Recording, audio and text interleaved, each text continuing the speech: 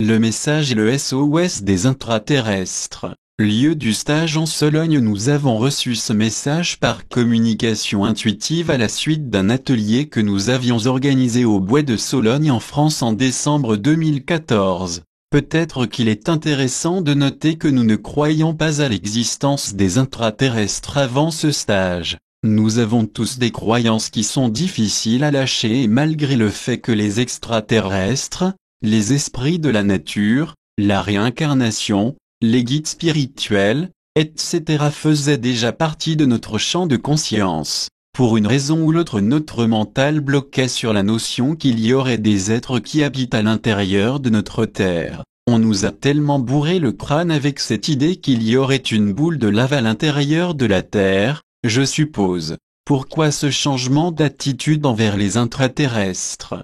Parce qu'au moment de l'atelier, j'étais en train de vivre un changement profond. Nous étions en train de préparer notre voyage autour du monde et j'étais en train de lâcher énormément de choses, tant au niveau matériel qu'immatériel. Tous ces changements ont eu des répercussions sur mes dents. Je souffrais d'énormes douleurs et d'un mal aux dents atroce. Pendant une des méditations que nous avons faites, une énergie s'est présentée à moi et m'a dit venir de l'intérieur de la Terre et m'a proposé de m'aider avec les douleurs. J'ai vu un être blanc transparent avec des doigts très fins qui traversaient mes joues avec ses doigts et qui touchaient les dents affectées. Ça ne m'a pas fait peur, car j'avais conscience que je recevais un soin et ça ne m'a pas fait mal. Quand je suis sorti de la méditation, je n'avais plus mal aux dents. Depuis, mon expérience vécue a adapté mon champ de conscience pour inclure l'existence des extraterrestres. Nous avons vu un film intéressant cette semaine qui s'appelle Origin,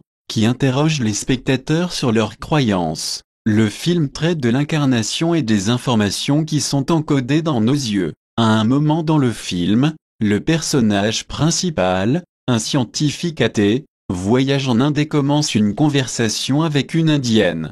Elle lui raconte l'histoire suivante. Un jour un scientifique rencontre le Dalai Lama et lui pose la question suivante. Que feriez-vous si un jour un événement ou une découverte scientifique prouve, sans aucun doute, que Dieu n'existe pas et qu'il n'y a rien après la mort? Le Dalai Lama réfléchit et lui répond, si tel événement arriverait un jour, j'étudierai chaque élément de l'étude et si l'étude prouve, sans aucun doute, que Dieu n'existe pas, j'adapterai mes croyances. La femme se tourne ensuite vers le scientifique et lui dit, et vous, que feriez-vous si un jour un événement spirituel réfute vos croyances scientifiques? Cette petite anecdote illustre parfaitement ce que nous vivons depuis quelques années et même si nous laissons aujourd'hui toutes les possibilités ouvertes, nous sommes conscients que pour chaque nouvelle chose que nous apprenons ou découvrons, il y en a 100 000 autres que nous ignorons. Le SOS des intraterrestres.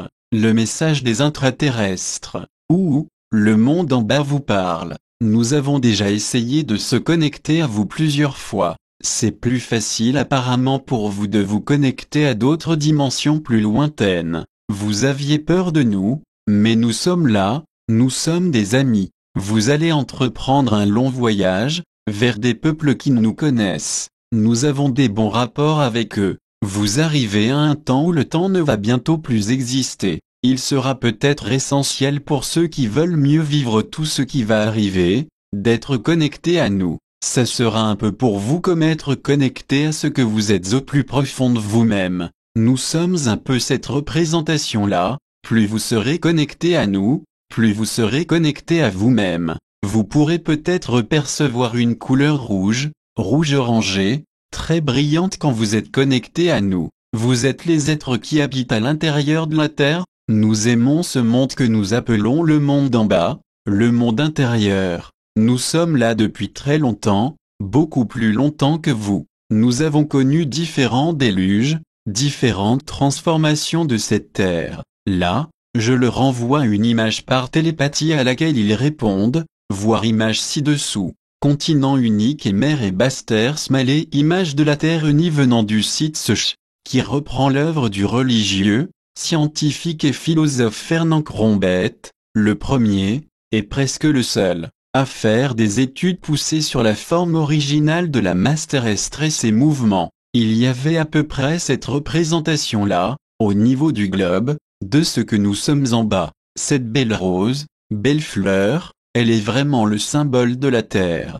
Si la Terre devait avoir un drapeau, ça serait celui-là, cette fleur au milieu de l'océan. Nous avons aussi des mers ici et des terres. Est-ce que vous avez un ciel? Nous avons une atmosphère qui est très proche de celle qu'il y a au-dessus. Nous captons ces énergies-là, celles du dessus pour recréer en bas. Nous avons un très fort pouvoir de pensée. Nous pouvons créer tout ce qu'on souhaite. Tout existe, tout a sa place. Nous apprenons tout jeune cela. Nous apprenons d'abord cela. Qui sommes-nous et quelle est la mission de vie que j'ai? C'est la base pour les enfants. Ce n'est pas un enseignement, nous appelons ça transmission. Ils apprennent dès le plus jeune âge, d'avoir leur propre singularité, leur propre être. C'est à cet âge-là qu'ils savent qu'ils ont déjà vécu. Soit ils s'en souviennent déjà, soit nous les permettons de se reconnecter. C'est très facile quand ils sont jeunes. Il y a des êtres qui ont vécu sur d'autres planètes en haut qui sont ici maintenant. Nous leur apprenons comment nous vivons, comment nous pouvons créer tout ce qu'on souhaite. Il y a profusion de la nourriture, nous ne mangeons que tout ce qui est plantes, fruits. Nous en mangeons peu, nous n'en avons pas vraiment besoin. Cela nous fait plaisir, juste plaisir. Cela nous fait plaisir de les manger, de les voir. C'est un émerveillement. Vous avez perdu cela. Vous mangez pour manger, vous ne voyez plus toute cette beauté qui est à côté de vous. Et pire encore, vous regardez le soir les choses les plus horribles qu'il soient. Vous n'êtes pas à votre place toute la journée et le soir vous regardez que des choses laides. Les gens ont besoin d'être chez vous pour être émerveillés. Nous nous sommes connectés au stage que vous avez fait il y a peu de temps. Il y avait des gens très réceptifs et d'autres qui pensaient tout savoir et qui pensaient que l'émerveillement se trouve à l'extérieur. L'émerveillement est une ouverture du cœur. C'est seulement y plonger complètement qui peut nous émerveiller. L'émerveillement n'arrive pas comme ça, par enchantement. Il y a des êtres qui vont énormément changer suite à ce stage, leur vie sera changée à tout jamais. C'est parce que vous vous étiez aussi ouvert à cela, à l'émerveillement. Vous avez juste permis des reconnexions tout simplement, à la terre, au ciel et à vous-même surtout. Ici, nous vivons autour de 180 ans. C'est un peu la moyenne. C'était le cas chez vous il y a d'autres temps encore. Nous étions très connectés les uns et les autres. Il y a ceux de la planète, ceux d'en bas et ceux d'en haut. Cet échange a besoin d'exister. C'est un peu pour vous la représentation de ce qu'il y a à l'intérieur de vous et ce qu'il y a à l'intérieur des autres. Les humains actuellement ne voient plus que leur propre apparence, ils ne savent plus qui ils sont. Les intraterrestres sur la santé. Humain électromagnétique field, nous pouvons tout créer, tout transformer. Les gens qui perdent un membre, cela peut arriver. Nous avons une structure quelque part fragile, au niveau du corps, contrairement à vous qui êtes un peu plus solide. Le corps se renforce au fur et à mesure, au cours des années. Dans le jeune âge, il se peut que nous puissions complètement casser un membre, par exemple une main qui tombe. Ce n'est pas complètement comme du verre, mais pas loin. Nous avons besoin de maîtriser cela. Cela se fait un peu au fur et à mesure. L'intérêt c'est que plus nous cassons des choses jeunes, plus il est facile de les réparer.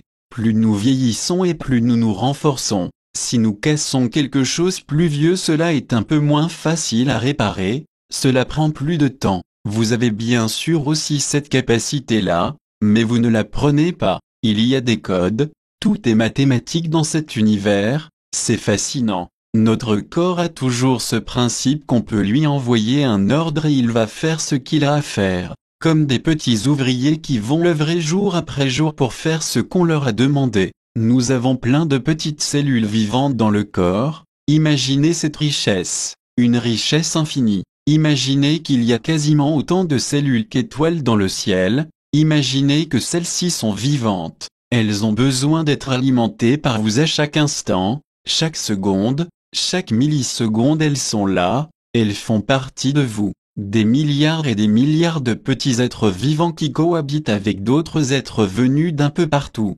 Vous apprenez petit à petit à communiquer avec elles. Elles aiment se connecter à votre âme, pas à votre cerveau. Votre cerveau fait partie de toute cette structure, c'est pour cela qu'il est un être vivant parmi toute cette multitude et quelque part il ne contrôle pas. C'est vraiment essentiel de comprendre cela, c'est votre âme, votre conscience qui peut se connecter, il y a juste à allumer la lumière.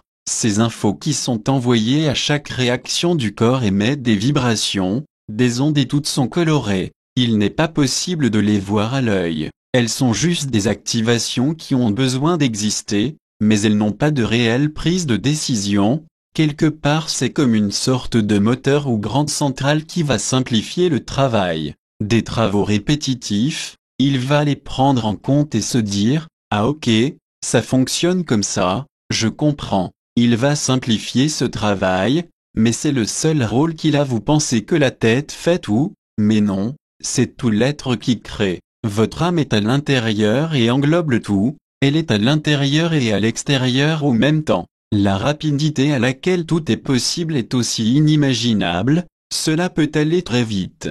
Vous avez décidé que la vitesse de la lumière n'est pas possible chez vous. Et si vous pensiez le contraire, qu'en adviendrait-il? On ne dit pas un être lumineux, vous émettez donc des couleurs. Dans votre dimension il était possible de les traduire en sons que vous appelez notes. Tout cela est à l'intérieur de vous, comme une danse. Imaginez vos cellules qui dansent, qui virevoltent, voyez toutes ces couleurs. Nous apprenons ça quand nous sommes petits. C'est pour cela qu'il y a très peu de musique chez nous, comme chez vous, nous sommes émerveillés par cela. C'est l'âme qui est au milieu de ce cerveau, qui va envoyer toutes ces impulsions, toute cette vie et tout ce qui permet d'être en vie et toutes ces pensées sont colorées. C'est pour cela apparemment que vous avez commencé par les couleurs. Les premières transmissions que nous avions reçues il y a quelques années étaient toutes autour des couleurs. Il n'y a pas de guérison en réalité, il y a juste une réharmonisation.